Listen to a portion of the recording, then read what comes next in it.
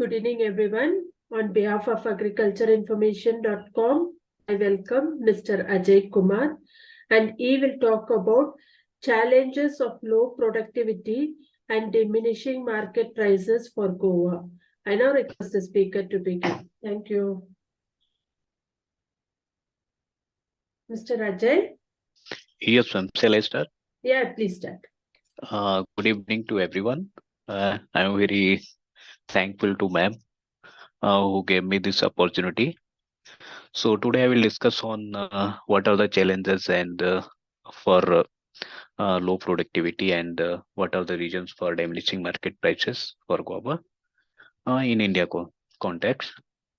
So these will be topics of my discussion, background and guava production scenario in Indian context and what are the challenges and conclusion in last what are the future prospects.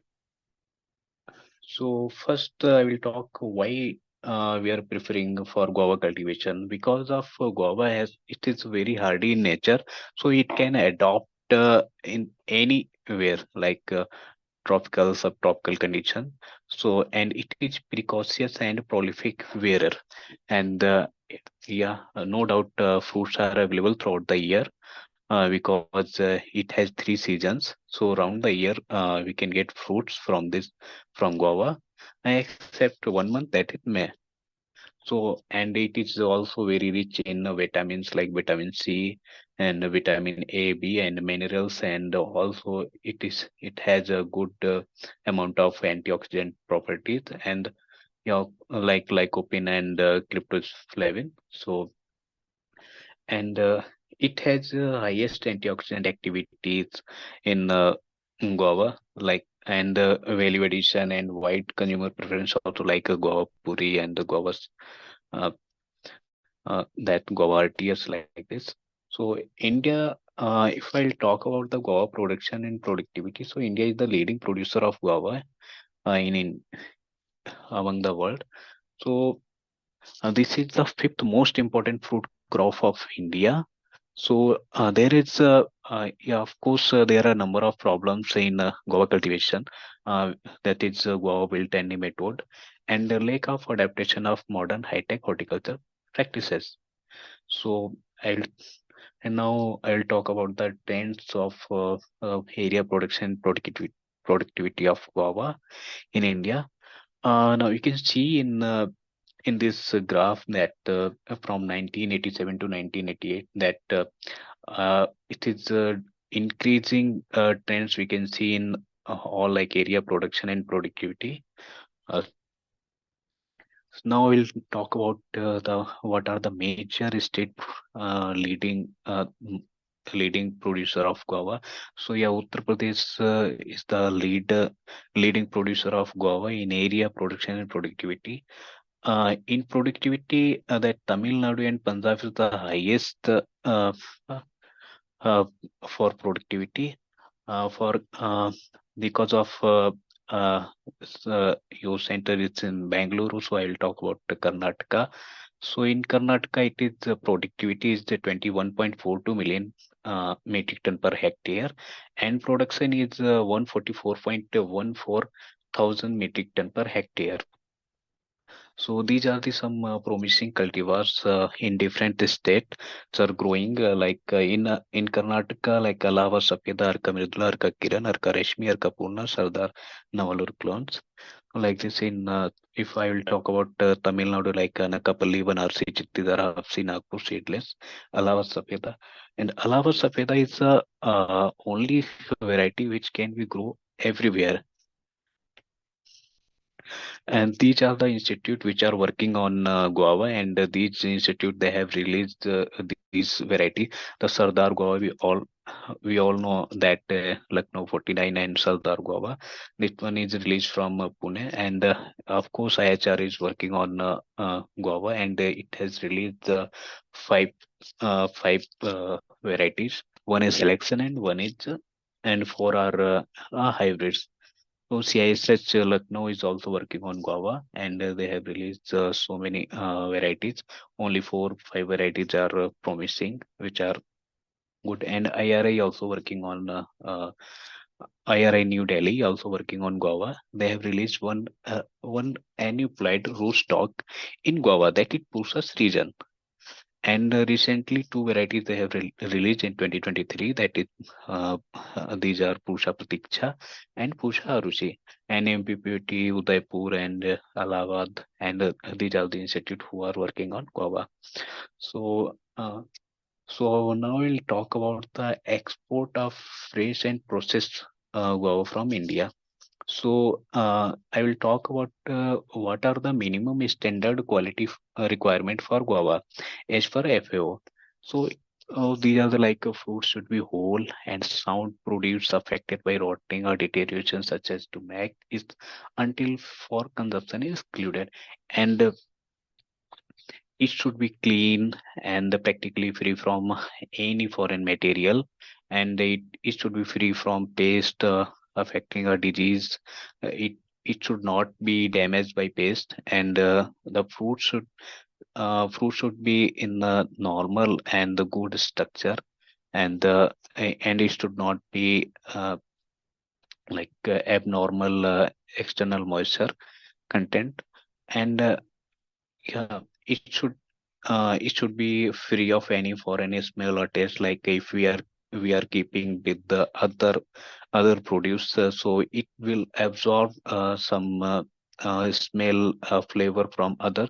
So it should not be. It should be avoided for export. And yeah, of course, it should be firm, and it should be free from bruising.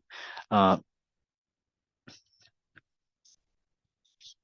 So we will talk about export of fresh processed guava from India.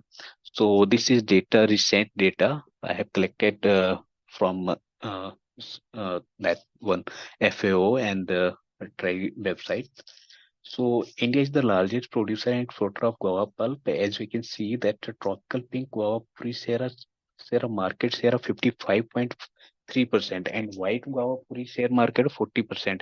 And in 2021-22, the India exported guava worth was 15 crores rupees.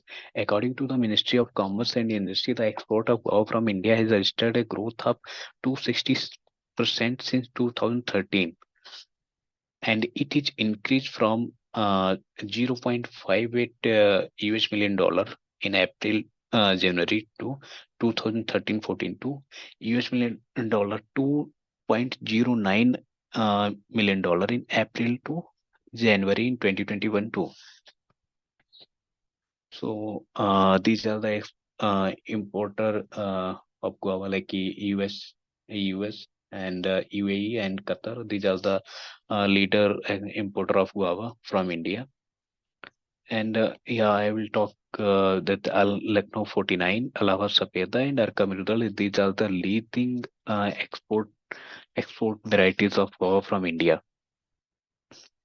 So we'll talk about the export of fresh processed guava from India.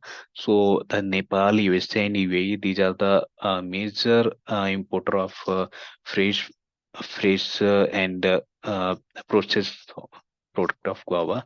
So guava market size is estimated at one 1,250 million dollar by 2027. Furthermore, it is poised to grow CAGR of 4.5% over the forecast period of 2022 to 2027. And this one is the data about the export performance of guava in the last 4 years. So I will discuss about only 2021 and 22. So guava fresh and dried, it was the worth value was 2.7 million dollar, and guava only fresh guava it was 8.07 million dollar. Guava prepared and preserved it was 0.001 million dollar. And yeah, if I talk about guava fresh and dried product, these are the Maharashtra, Uttar Pradesh, and Tamil Nadu, Karnataka. These were the states were largest exporter of guava, and it guava fresh and dried. And if I'll talk about guava, Tamil Nadu, Maharashtra, Andhra Pradesh, Karnataka, these were the largest exporter of guava to different countries. As you can see, the value and that importer countries. So I will talk about the preserved and processed product of guava. The Tamil Nadu, Andhra Pradesh, Maharashtra, Karnataka. Karnataka was not the part of the processed and preserved guava product, but the Tamil Nadu, Andhra Pradesh, and Maharashtra. Uh, these were also like earlier they were exporting to other countries like Australia, Qatar, Maldives, but 2021, 2022, these states were not export anything except for Tamil Nadu. So these are the like regulatory bodies APIDA is the headquarter in New Delhi, but RCMC market survey and assistance they're providing these assistance, and as you can see their contact number and their office and what are the services like APIDA is providing RCMC market survey and assistance. Karnataka State Agriculture Produce Processing and Export Corporation Limited is in short is called CAP. So like whatever schemes are going on, these are assisting in for those schemes. And yeah, DGFT it is providing the customs and ice gate and plant quarantine. Everyone might be knowing about it that it is providing phytosanitary certificate, and cool port is for freight and flight. And uh, I will talk about the marketing aspect of guava in India. So, a major two aspect of guava in India, the fresh fruit, and another one is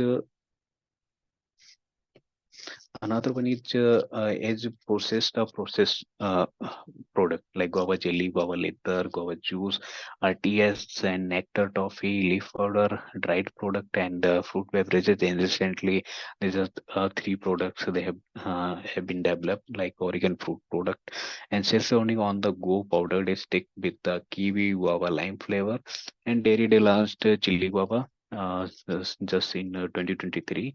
It is delicious soft like fresh guava fruit. And I will talk about the what are the marketing in marketing and the economic analysis particular in Karnataka. So there are three channels of market. One is producer to from producer to commission agent to retailer, and retailer to consumer. It's called self marketing. And another one is producer to contractor. The contractor will come and it will in field condition it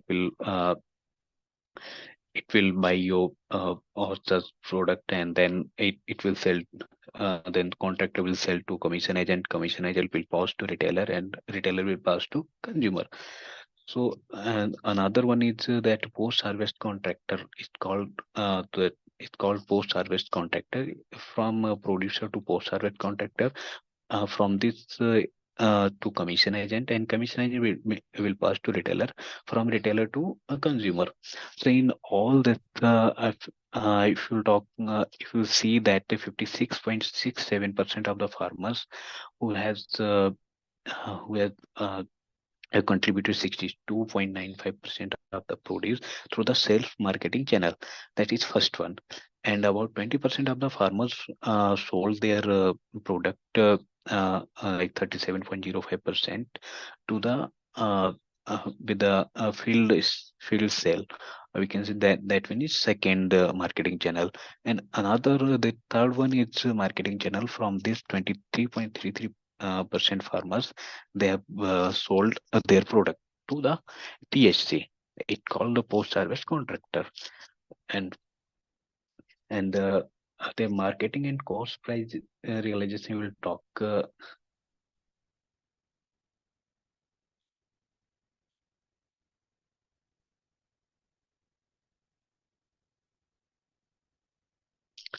Marketing cost and price realization, the farmers who found that their expenditure 2.40 kg toward the marketing of guava. So it was consisted of harvesting, grading, and packaging.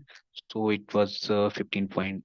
So it covered 15.19% cost, and the packing material it covered 1.26%, and transportation covered 30.38%. Loading and unloading is covered 2.53%, and commission is covered 50.63%.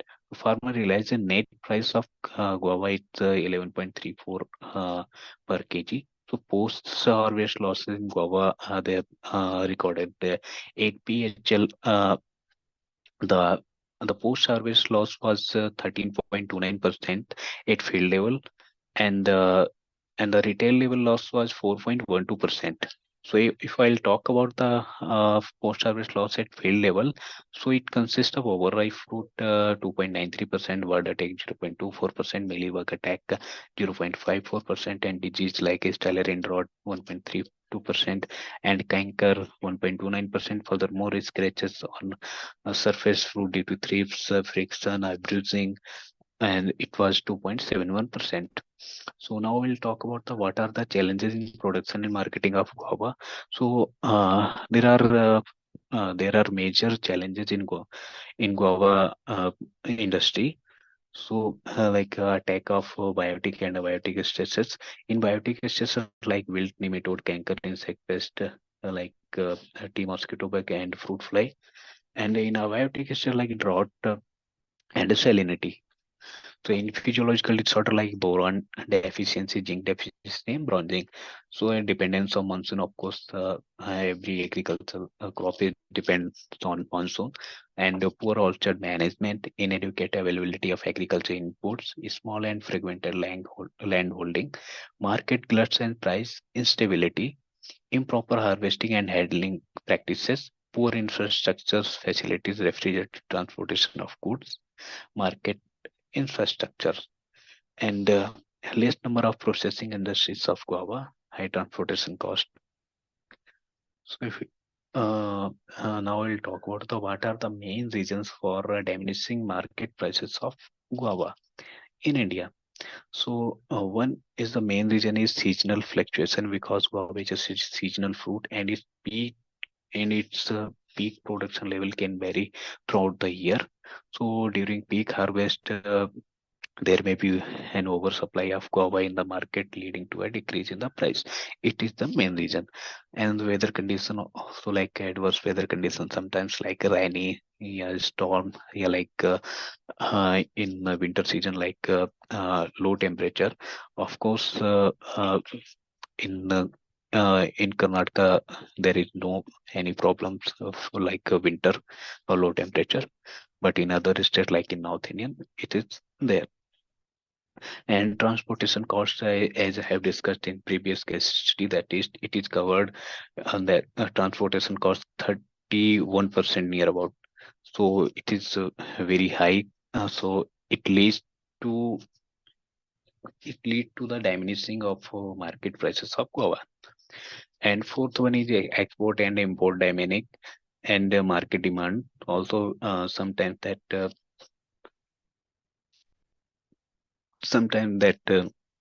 demand for guava is less, but supply of guava is more. So it so so this so due to this reason, the price of guava can be reduced. And the attack of pest and disease like wilt, canker is the canker and tea mosquito bug are the main for this, who can affect the quality of fruit. And government policies and supply chain disruption, as I have discussed in previous case study, the three supply chain. So and the global economic factors. And so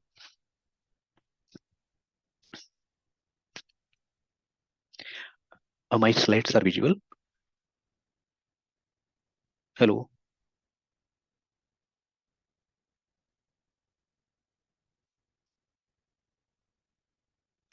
So now I'll talk about how to what are the strategies to be followed for this?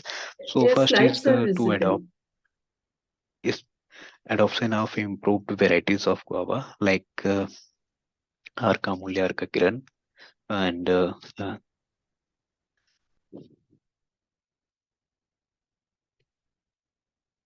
yeah, Arka Mulya, Arka Kiran,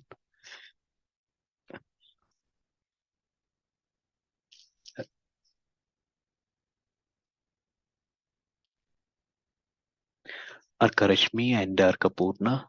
So, and these are the varieties which released from CISH Lucknow, Lalit Sweta, uh, and these are the Dhawal and Lalima, and these are the varieties released from IRI, Pusa Pratiksha and Pusha Ruchi, and these are the varieties which are released from Uttar Pradesh, Allahabad Safeda, Allahabad Surka, and L49 Pant Prabhat is released from the GBPVT Pantnagar, Uttarakhand, and Sardar Gova is released from Pune.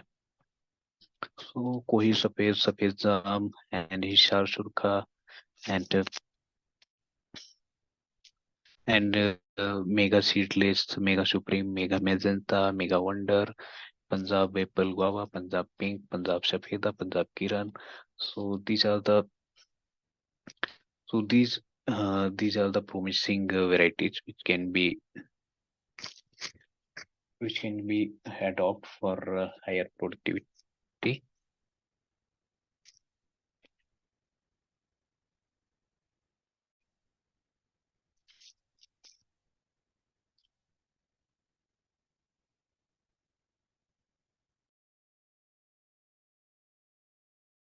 Mr. Ajay? Hello?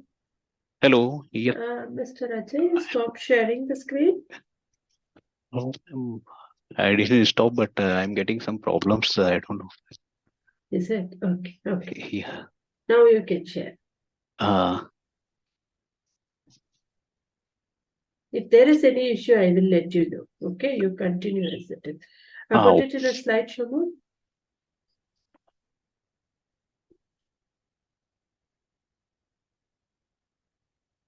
It is not going to. Yeah. now it is. Yeah, it is working. You can go to the slides where you are. Okay. And the first aspect I have discussed the adaptation of promising varieties, and second aspect of use of clean planting material. It has to be free from nematode because of nematode is the very dangerous for guava. Almost in every nursery you can see that a nematode infected seedling. So whenever you're going for uh, planting of new orchard, you should be aware about this. You should check the roots, the whether seedling are infected with nematode or not. And mass multiplication of by adaptation of advanced propagation techniques like leaf cutting, nodal cutting, and propagation through the semi hardwood cutting and herbaceous cutting. Because of available of good quality planting material, it's a major issue in this industry. So another one is follow of good agriculture practices for quality fruit production. It is as per the FAO. So they have released in 2010, like they have standardized the crop-based agriculture practices in India, and keeping in mind the best of international practices and suiting the needs of the Indian farmers. If anyone want to export their produce, then they should follow the GAP practices. The main objective of this of GAP practices is to ensure the food safety, occupational health, and safety and welfare. And these are the benefits of GAP, like development of basic infrastructure at the farm level, build up culture of good agricultural practices by the farmers, uniform approach across farms regard the food size of their size, traceability, worker safety, and reputations, removal of technical barriers to trade, cultivity. So, the fifth one is uh, following of crop regulation. As we know that there are three seasons. One is called Ambe Bahar, Mirik Bahar, and Hast Bahar. And in subtropical regions, only two Bahars are there. So flowering will come in February, March, and July, September is the harvesting season for Ambe Bahar, and June, July is the flowering season, and winter season is the harvesting season of milk bar. So as for the consumer preference, we consider the best quality of fruits. We can get the best quality of fruit from the milk bar because that time is getting the proper adequate amount of temperature and light in substance. And yeah, these many techniques which are following for crop regulation, like withholding irrigation, like before the 2 or 3 months, we need to hold the irrigation. Uh, it will pro- it will produce some stress on plants, so it will not uh, go for flowering. So next season we can get good good crop yield. Root exposure and root pruning, and pruning in North India, pruning 3/4 and half of the current season's shoot growth of sprinklers first week of May, and it to avoid the rainy season crop. Flower and fruit thinning, like manual thinning, and there are some chemicals which are following for fruit thinning, like Na, naphthalene, and naphthalene estamide, ethefone, and D, DAA, and urea 10 to 15%, and triple C.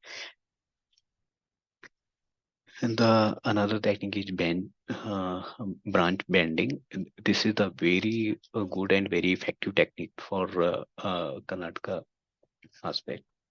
So it induces the new fruiting bearing shoots in any season and can regulate fruit production according to the local market, according to the demand of market. We can regulate our crop. So in this oxygen accumulate in the tip of the branches. As I can show you that bending of shoots, we need to pruning of leaves while bending the shoots, and then we need to tie the tip of the shoots, and we need to tie at the ground level. So after uh, so yeah. So after 2 months, that you can see that the new fleshes will come. You have to untie the new shoots and fruit set. You can see the intensity of fruit set and the flower was emergent. And yeah, in this picture, we can see clearly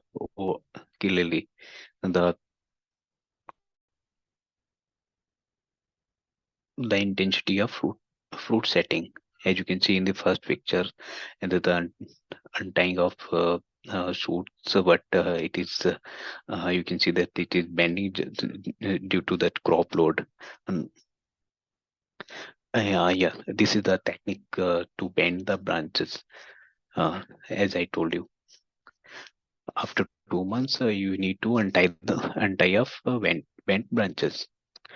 As you can see, we produce more number of lateral shoot and profuse flowering and fruiting. And the next aspect is rejuvenation of old orchard.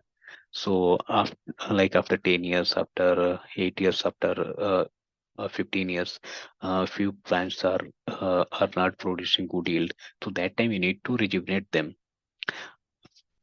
So that if we will rejuvenate them, then they will produce new fleshes and good profuse flowering and fruiting. As in this slide, you can see that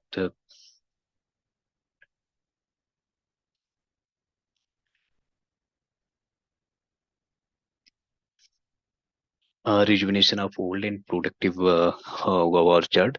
This is the case study from Karnataka itself.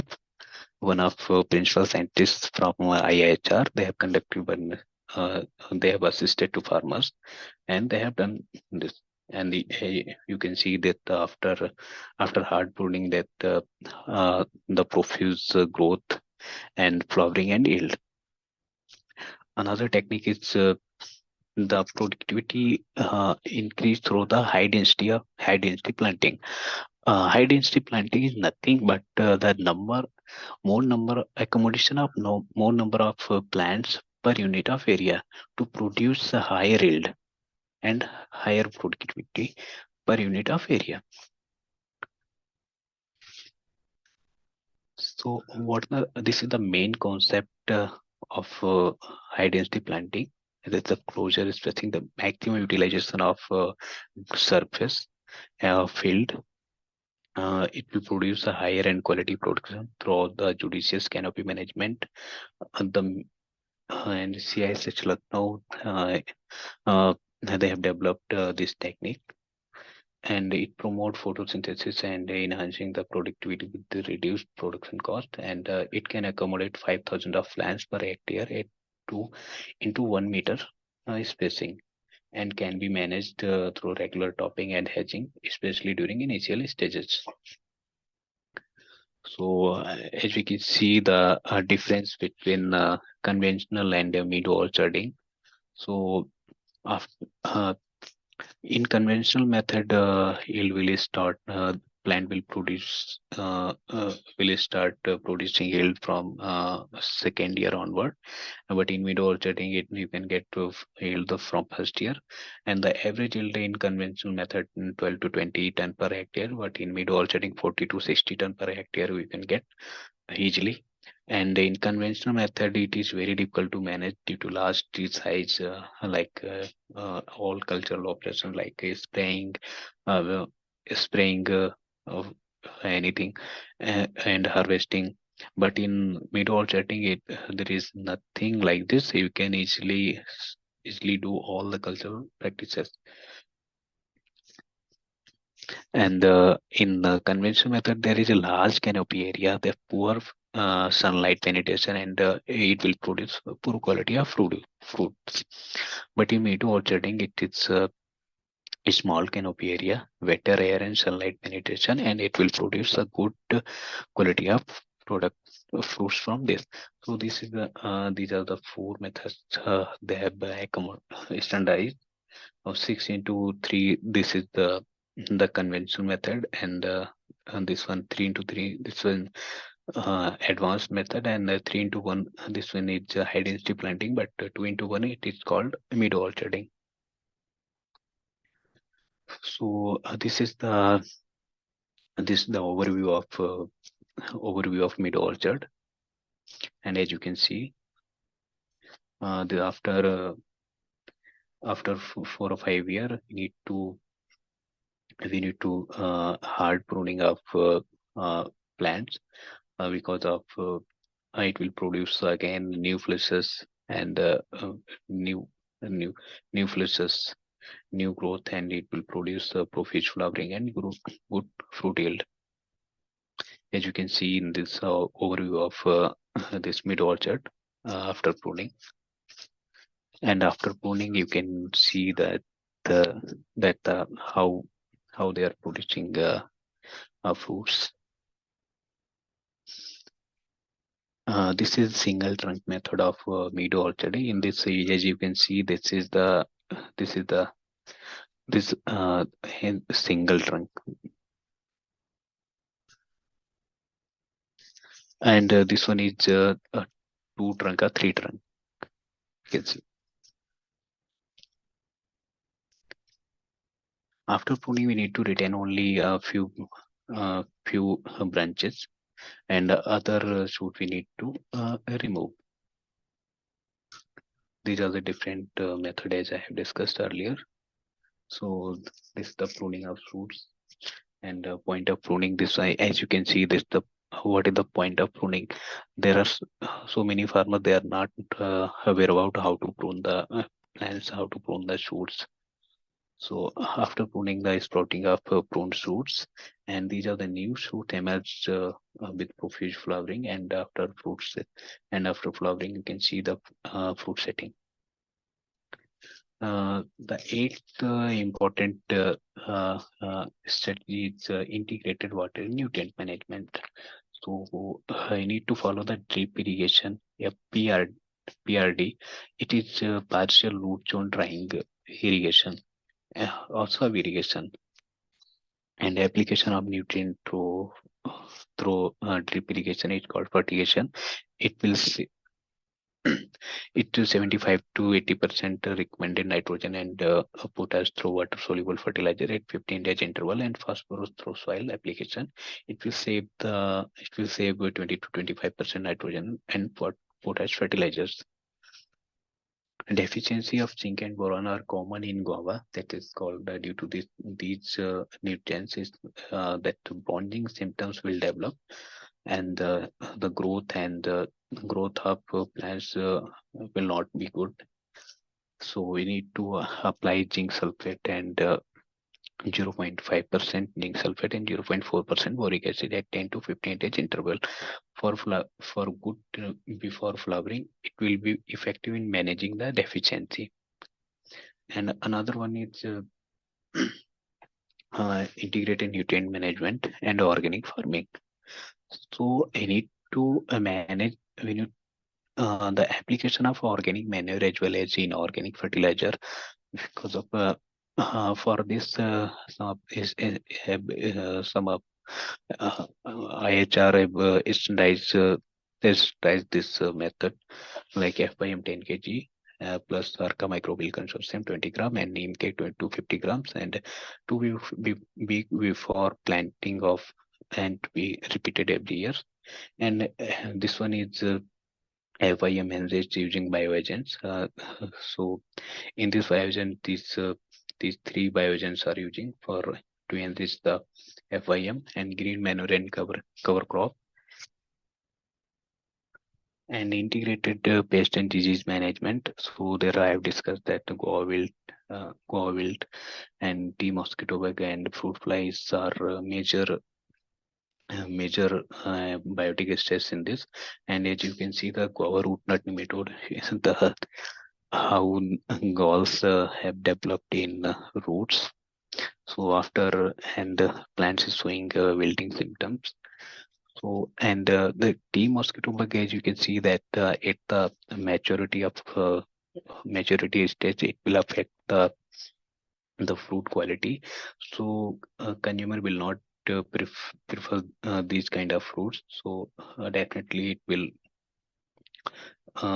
that the farmers or growers will bear loss. So now I'm coming on conclusion whatever uh, I have discussed. So the bearing habit of guava make it amenable for pruning, which bear flowers in leaf axils of current season growth. So adopting good agriculture practices like improved varieties, canopy management, crop regulation, integrated nutrient and water management, or integrated disease and pest management, or post-harvest practices, it is possible to achieve the desired level of productivity coupled with good quality. So India can emerge as a far bigger producer and exporter if sufficient emphasis is given to resource allocation, infrastructure development, and more research and development, technological upgradation, and better policy frame work for this crop. So definitely we'll get good quality fruits for export. So these are some future prospect, like introduction of new high yielding varieties, and precision farming we need to adopt. We need to conduct more research and development institution and collaboration, and developing a proper marketing strategy, and strengthening technology development for value addition of guava. And there are we need to for research and demonstration for to the farmers, and you need to provide training to the farmers, and developing proper marketing strategy like cold chain with pre-cooling and transportation and terminal market complexes and wholesale bazaar, and farm mechanization and adoption of innovative technology like uh, uh, thank you very much. Thank you very much, Mr. Ajay Kumar, for a wonderful presentation. I will take up the questions from the participants now. The Yes, first ma'am. question is,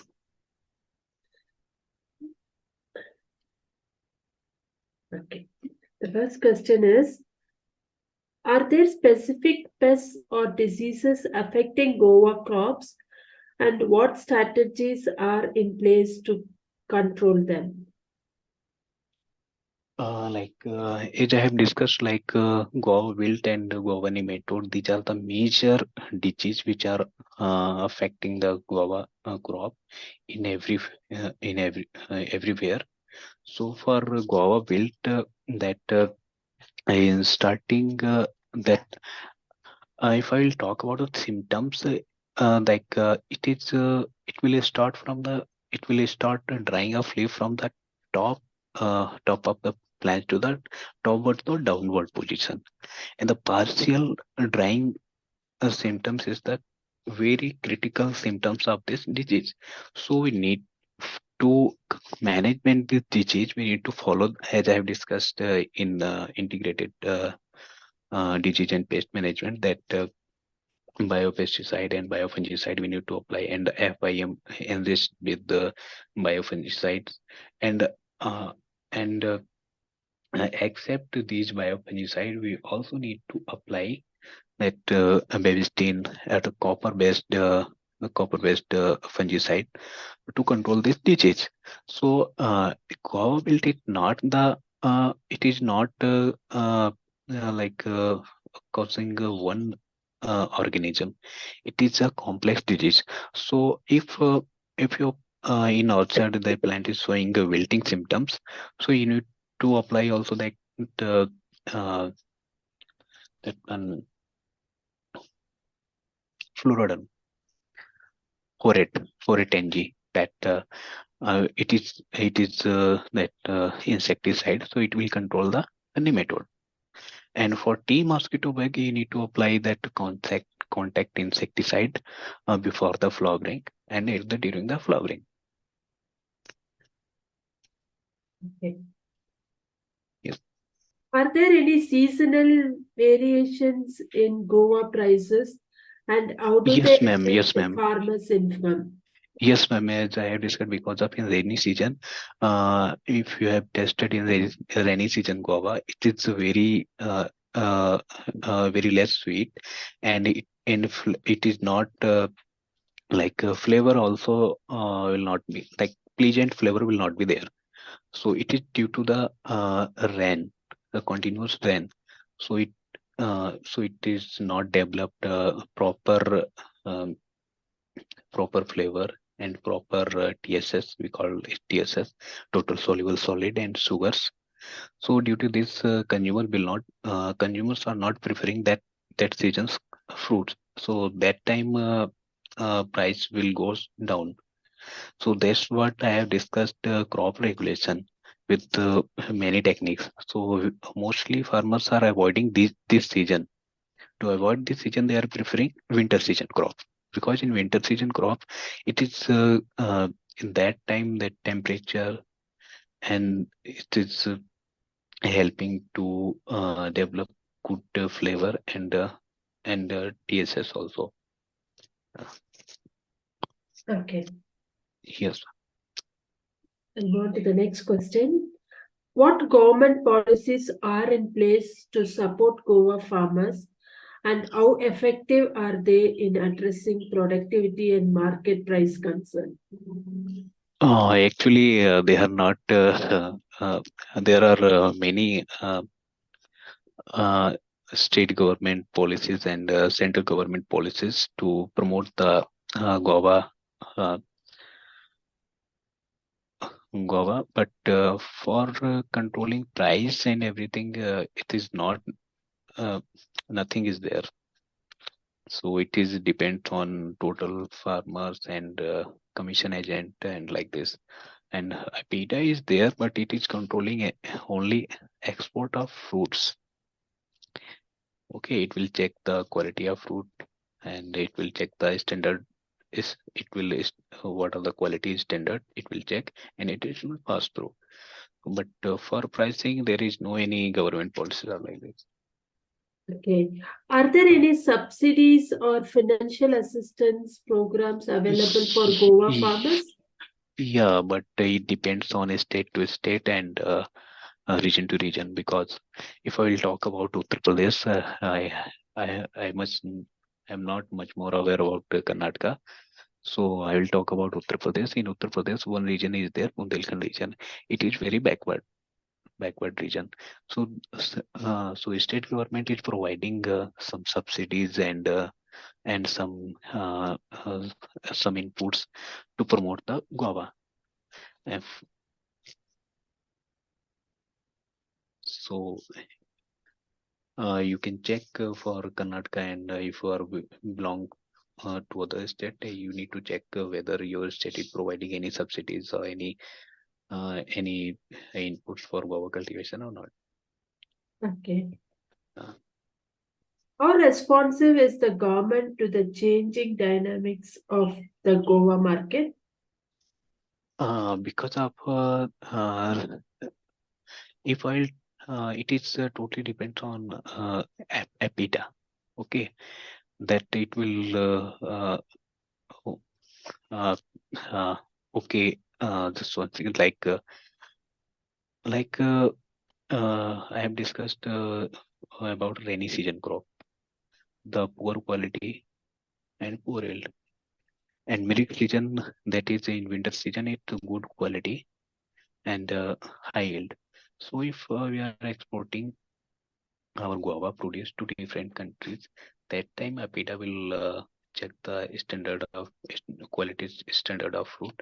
If quality standard will not match to standard, then they will reject. If they will reject the if they will reject the guava product, then what will happen? That all their growers or exporter, they will dump in India only. If they will dump in India, then what will happen? Then the demand the consumers demand will be less and supply will be more.